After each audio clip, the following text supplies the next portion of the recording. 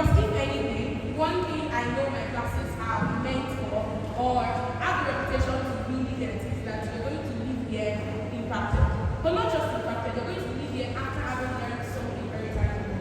I'm not going to be spending so much time, but I believe that within this short time frame I'm going to have, you are going to learn something you probably never learned before, or something you probably learned before and you see it in a different way. Now when I say are we together, you say all together. Are we together? All together. Okay, looks like we're really together. Yes. I recently graduated from Lagos State University, Faculty of Law, and if there is something that happened in the last 5-6 years of my study of law, it's something very tangible that I want you to pay attention to. It is that, so I started spoken word poetry. Let me tell you a short story. I started spoken word poetry in 2021. Officially, I posted my first live video, spoken word poetry video in 2021. If you want to see my spoken word poetry video, just search for Aina Ayomide on Instagram, LinkedIn, Twitter, and you find it. So I was saying, I started in 2021 and I get admission as well in 2021. And when I got into school, I had my second live performance as this spoken word poet. But that's not where the gist is. And from that second stage, so I want to give you, for the first time I held a night in Lagos State University, it was at the competition, Freshers Debate. I don't know if you have Freshers Debate here. Do you do Freshers Debate here? Yes. So we had Freshers Debate, and at this Freshers Debate, at the semi-finals, that was my first time holding a microphone after secondary school, after I've been debated for law, after being a champion in my school. You know, and I was coming from, I was a king where I was coming from, right? And then I go to school, university, it will always be like that. And at the semi-finals of this competition, the competition only had 2 rounds. The first round, which was the semi-finals, and then the final round. At the semi-finals of this competition, I did so well, but I didn't beat my mark. For the first time, somebody was really beating me by coming first place, by taking second place. So I thought, okay, at the finals, we're going to show them. But that was the first time I was speaking in school generally. So all my classmates came out and like, now you know there is fire. Now you know we are taking it. Now you know and everybody was just talking about how eloquent I was at that competition. So I thought, okay, at the finals, we're going to show them. The finals came, and guess what? Do you want to talk about this? Yes. And I wrote a very, what do I call it now? I wrote one of the best speeches I think I've written in my life. It was a really good speech, even for an 100-level student. I wrote a really well constructed speech. I internalized it, and the day of the competition came. I don't know what happened to me that day, but I got to the stage that day. I gave my introduction, you know, with my eloquence and everything. I was very energetic. Everyone was very, in fact, from the introduction, everybody started clapping. Until the judges told them not to clap, so they don't interrupt me and cause interference. I'm going to explain to you what interference is in the course of this class. I'm taking this as a class. I'm a teacher. I really love to teach. And I'm taking this as a class and not just a speaking engagement, because it's going to be very practical. Now, and I'm telling you this story because you will eventually find the reason I'm telling you this story. Now, I got to the stage, I did my introduction, and when the audience clapped, immediately the audience clapped, I got back to my speech. I gave the highlight of my point. So when you're doing the debate, you say your introduction, you say your name, you say your topic, and then you go. So I'm backing up this class with 3. You say your topic, and then you say I'm backing up this class with 3 points or 2 points, and you listen to the points and you begin to explain. As I began to explain my first point, I just got stuck and I forgot. The time frame for the speech was 5 minutes, so I was supposed to speak for 5 minutes. But I think I forgot maybe like the first 2 minutes, and immediately after the first minute, I didn't have anything else to say. And for the first time in my life, someone who was known to be the very eloquent person, right from Cradle, I don't think I had ever failed at speaking as I did for that stage that day. Even if I forget what I want to say, I do want to know that thing to say because it should be done, right? For the first time, I did not remember my speech and I could not create another one on stage. So for 5 minutes, I began to pace. Pacing is when you go up and down, and you're staring at everybody, and everybody's expecting to pick up. Well, I was just looking at it and I could not even pick up because I didn't even remember. Nothing was coming to my head. I totally forgot my speech. And that day, I thought, maybe this has to be the end of it. And I've been speaking all this stuff, but maybe this is where I should end it. The day you make your gravest mistake, just that this is the end of it, let's just leave it, right? And I told myself I was never going to speak again in Lagos State University. That was my first speaking engagement, and I'm going to be my last.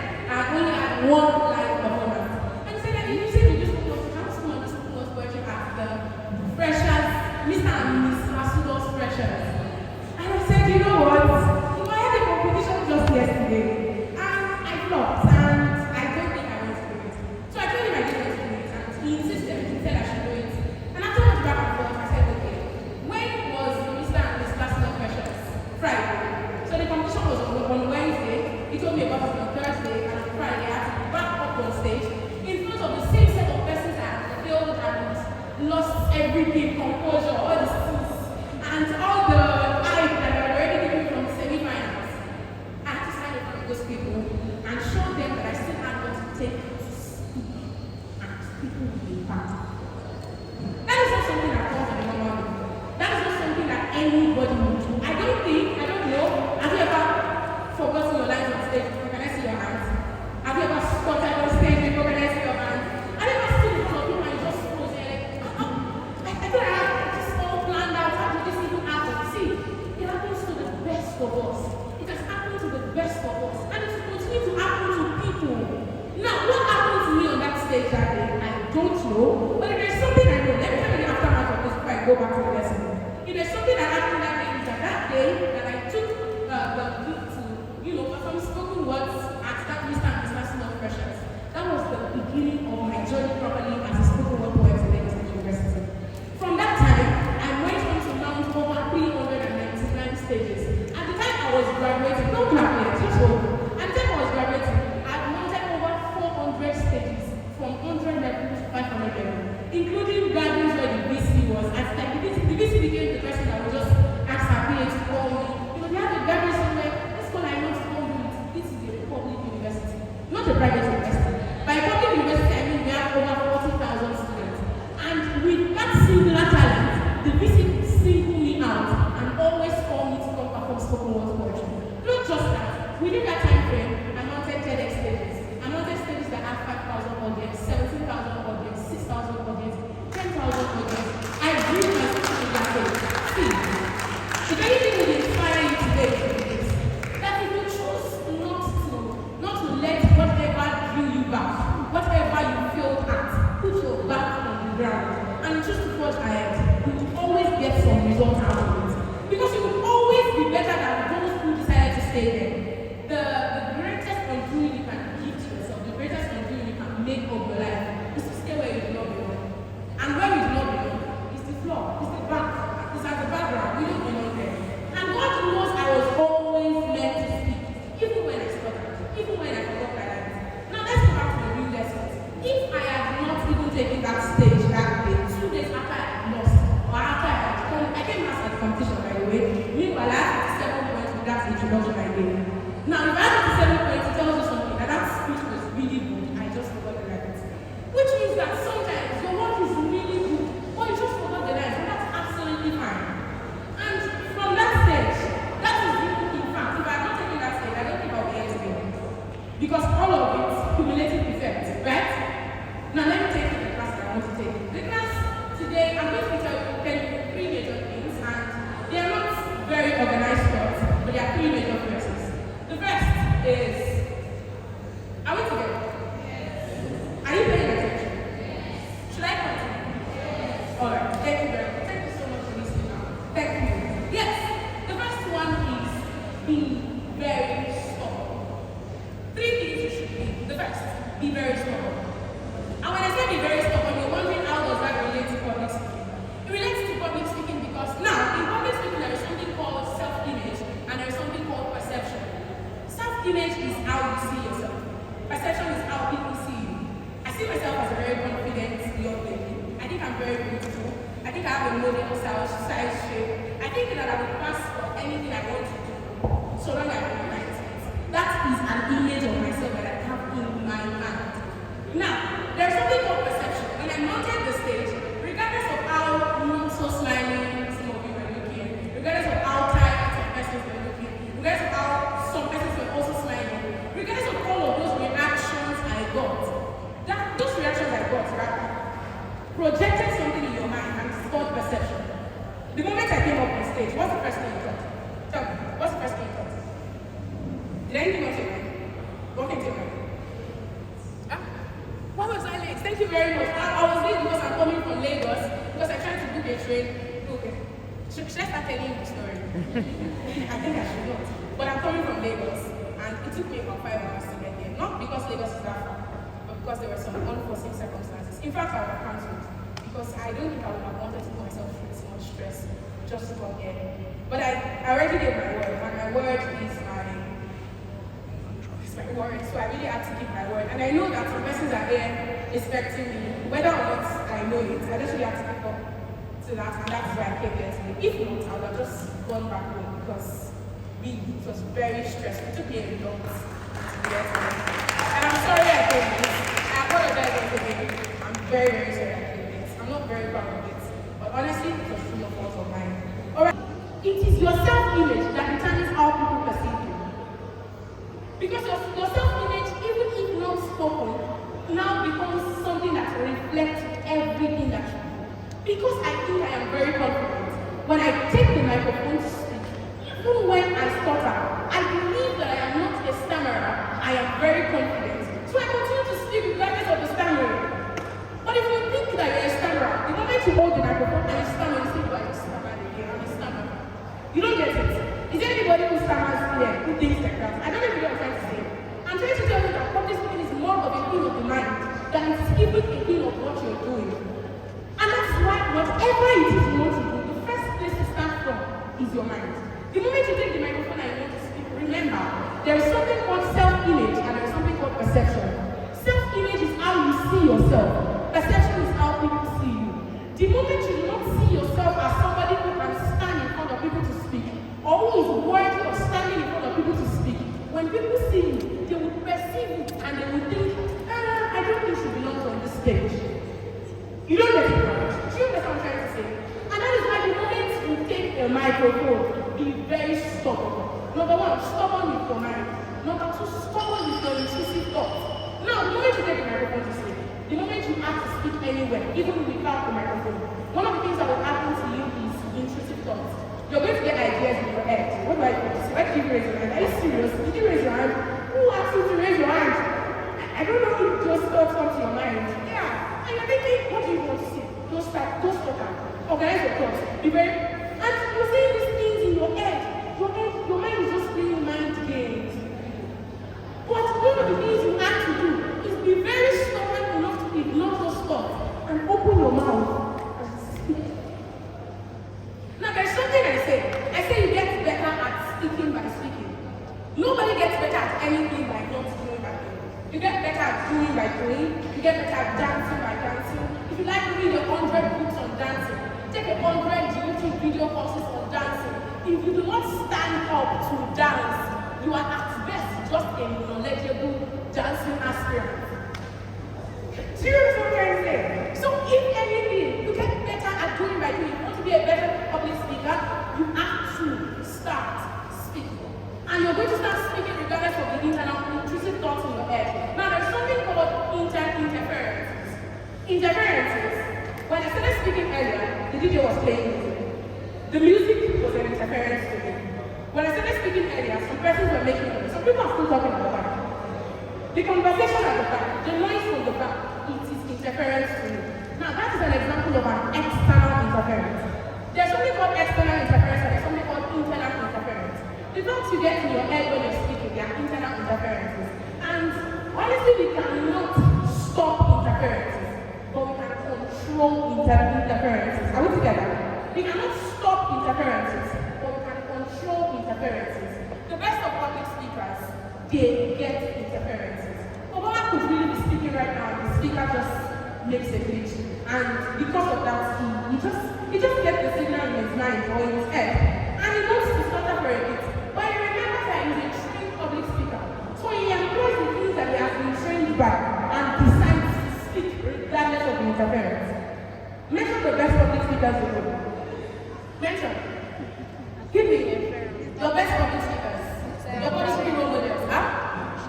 Mr. Aina Mr. Ayomide, he's a very eloquent speaker. I think that's amazing. Who else? No, mention President of Nations. President of LIDS. He's the president of the Debate Society. Wow, that's awesome. We're pleased to meet you. You must be a very eloquent speaker as well. Now, those are eloquent speakers. Do you think that they don't get interferences? Do you never feel interferences? Do you never feel interferences? We all feel it. Now, let's even go to the bigger ones. The persons who have mounted TEDx stages. The persons who have spoken on CNN. Shemo Kibale, who streams live on Channels TV. All of these people, all of these people, they experience these interferences. The difference between you and them, the difference between you and them is training. Okay. External interferences and internal interferences. External interferences you cannot control. Even internal interferences you cannot control. I cannot determine whether or not the DJ will play pause or pause play. sense. Are we together? Now that is a result of training. And it will come as a result of stubbornness in opening your mouth. And that is why the first lesson today is be very stubborn. Stubborn with your speech, stubborn with your ideas. Even when you feel the most interferences, open your mouth and speak. Now when you speak, what's the worst thing that happens? Tell me. Even when you're very scared, you're coming up on stage when you're so scared, your hands are shaking. Do you know that, I won't say did you know, but let me say do you know, because some persons might not know before now. So do you know that everybody experiences stage fright? Do you believe? Do you believe that everybody experiences stage fright? Do you think I'm experiencing stage fright right now? She does not even agree that I'm experiencing stage fright. Do you think I'm experiencing stage fright right now, sir? Oh my God, wow, because I'm moving with so much confidence. But that's not true. Let me touch your hand. My hand is cold. I'm experiencing stage fright. Everybody experiences in different forms. Before I came up here, I felt like I needed to use the restroom very quickly. And if I went into the restroom, you wouldn't see me in 2 hours. But thank God I didn't go. Because everybody experiences stage fright. Because stage fright is as normal as farting. It's as normal as pooing. It's as normal as weed. It's normal. It is normal for your heart to feel like it wants to come out of your chest because you're trying to do something that you don't always do. And even if it is something you always do, there's something I said, that every stage has its own stage fright. I've mounted over 400 stages, but I came here to tell you this one thing. Every stage has its own stage fright. Even if you're mounted this stage 100 times, each time you're going up there, you will still experience your own form of stage fright. Now you may experience it at different levels. You may not experience so much stage fright when you're talking to your friends. Do you know also that this is public speaking? But do you also know that what they're doing there is public speaking? Okay, another blockbuster, I don't know, theory, and it is this. Every form of speaking you're doing that is not soliloquizing, I mean talking to yourself, is public speaking. So when you're speaking, the moment you're speaking to another person that is not yourself, you're speaking publicly. That is to say, gisting with your friends is public speaking. Buying something from the market is public speaking. Going to challenge and boarding a bus is public speaking. Are you seeing it? And if public speaking is as easy as that, why then is formal public speaking so hard? Are you seeing it? I came here to demystify these things to you so you will not see it as a big deal. Not because it is not a big deal in itself, but because it's not big deal enough to make you scared. Because this is something you do every day. You talk every day, you're talking right now. You would go out there and you talk. If I ask you a question and you answer me, you talk. They're talking over there. Why are they not scared to talk here? Why are they scared to talk here? The only difference is because they're here. And when you're up on stage, it's like you're under a magnifying lens. As good as me raising this microphone up. You're saying this. What are you seeing? A microphone. But on this other side, I can see one stopping his eye up there that you probably cannot see. And everybody can see different things. So when you are up on stage, what happens is that it's as though you're under a magnifying lens. And everybody can see you. And because you're so conscious of how everybody can see you, you become anxious. You start to have stage fright. You start to have anxiety. But you need to come with the understanding of the fact that if you put your focus where your focus should be, which is the speaking, people will stop looking at every other thing and focus on the speaking. Since I started talking, I didn't look at the shoes. No, because you're so focused on my speech. Are you seeing it now? So you can always recenter the focus of your audience depending on how you choose to do the speaking. Which means that, in fact, I like to say that the person who is on stage is the most powerful person in the room. Like right now. Are you seeing it? Because I can determine where everybody's attention goes. If I point there, you all look there. Did you just look there? That is it. So whatever I put magnifying lens on, of course the moment I come up on stage, all of you are looking at different things. You know, some person might say, oh, the top has this, the top has that. This person, she's not wearing chain, she's wearing long earrings, she's wearing glasses, oh, her hair has curls. You might be seeing all of those things. But the moment I put a focus on the quality of my speech, on another thing, the moment I put the magnifying lens that you all have in your eyes, on another thing,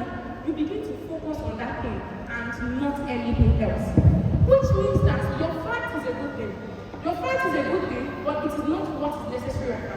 What is necessary is the mic. Because you have the microphone, you are the most powerful person in the room, which means that you can wield that power as you will.